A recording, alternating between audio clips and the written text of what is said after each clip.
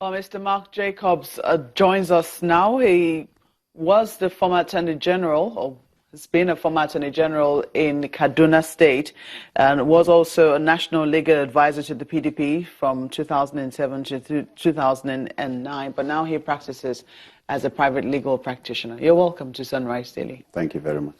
Well, you saw the development happening, I think, on Saturday, 4th of February, there, the foundation stone being laid for, I think, is it an army barracks in Kamfanchan, local government area. They believe that that would be one of the, if you station soldiers there, we could have a situation whereby at least peace is enforced. Do you think that will help? Personally, that is a far-fetched and long-term solution. Yes, we can build barracks, but you and I know how long does it take to build a barracks. And we have a situation at hand. Would you wait until the building is completed before you take charge of the situation? We've been screaming since last year, literally from around April last year.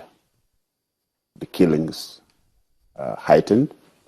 And village after village, community after community went down.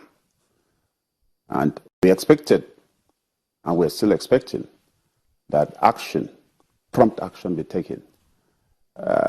Before, if you want to follow the bureaucracy of building, getting approvals for military formations or battalions to be deployed.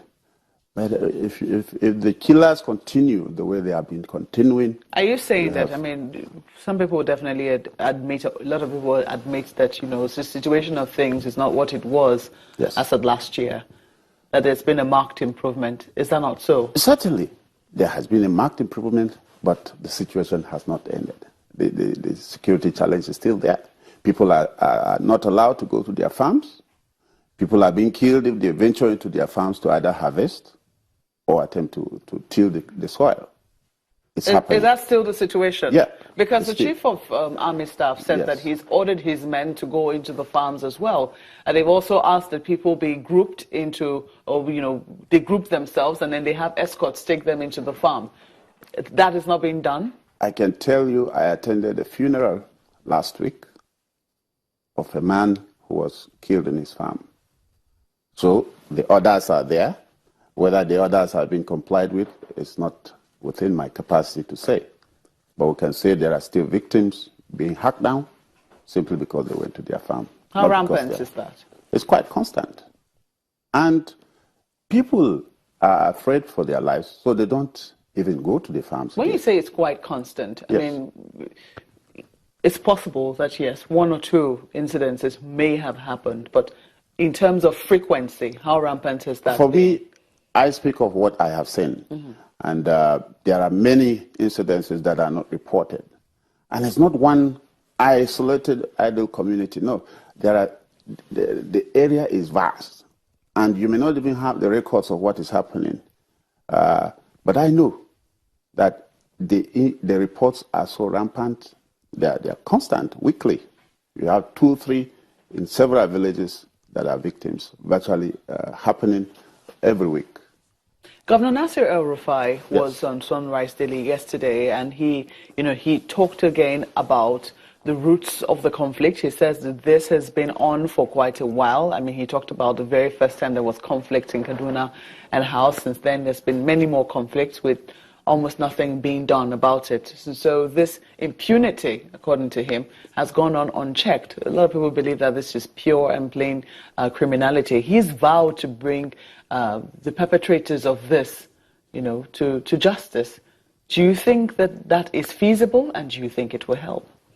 First of all, Governor Nasir is full of froth and bubble. He talks more than he acts. And I will say, with every sense of responsibility, that he now stands as the spokesperson of the attackers. And I'll tell you why. You cannot speak as though you are Nasir El-Rufai, not as the governor of Kaduna State. If you are governor of Kaduna State, you must speak for everybody. A situation where a governor will open up and identify the church and community leaders of Southern Kaduna as the perpetrators, as the purveyors, as the sponsors of the killers of their own people. It's not just unfair, but sheer irresponsibility for anybody sitting as the governor to come on air and begin to use words like so-called citizens. It's not just insultive, but it's an indication of the mindset of the person, that he has identified the people he either wants to fight or he wants to malign, and because God has given him power, he goes all out against them.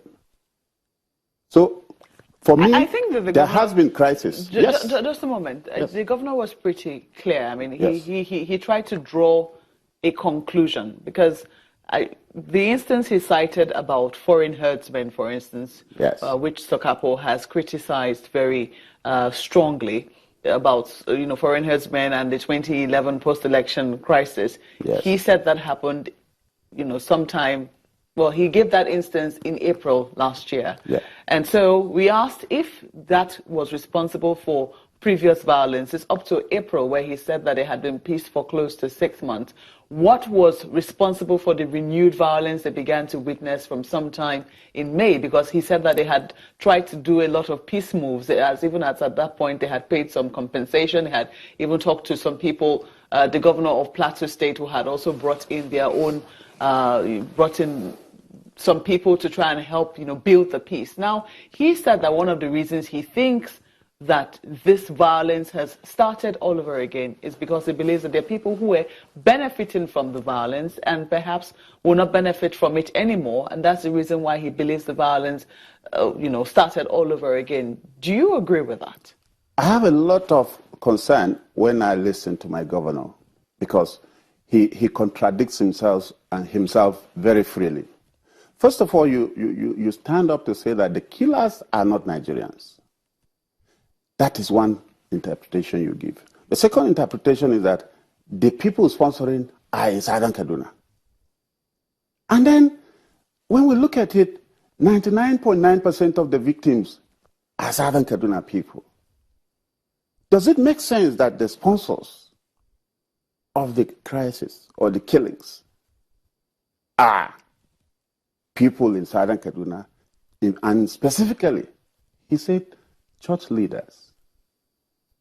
I listened to him and I was shocked, because that's the first time someone in that kind of hallowed office would make such a comment, that church leaders were the beneficiaries. Is it impossible? It is crassly impossible, because in today's world, where we hear that pastors do all sorts of things, we've seen some very ridiculous things, for want of a better word, things you wonder what this has got to do with Christianity. We've heard of pastors giving their people insecticides, spraying them and doing all sorts of things. Pastors who are running all sorts of, funny churches. Yeah. Is it impossible that, some people could be doing this in the name of religion? For us in Southern Kaduna, no pastor will do that.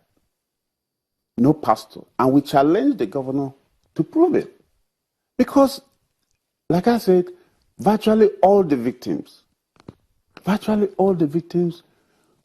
were not found to have died in church. There were people sleeping in their houses. There were people that had their villages surrounded and hounded down. They were not at war or at battle. The instances we talk about where churches or church leaders give people cyanide and then they die, they gather in a congregation and are indoctrinated and are taught to do this thing. And it's like suicide. This is different. It is a situation where village after village is surrounded and houses are set ablaze. If you run out of your house, you are hacked down. So it's completely absurd for someone in the position of governor to make such allegations. And when you asked him for proof, he said the security agencies are still investigating. And you're already out in the air expressing such callous opinion. It's dangerous. It could cause more than Rufai is talking about. Because, for God's sake, you are not the governor of a certain section. You are the governor of the state. Everybody is supposed to be protected and shielded by you. You dare not, and you should not expose people to ridicule, even if it is just for ridicule purpose that you are saying these things. We have respected church leaders. We have responsible church leaders who have lost families. They have been the target.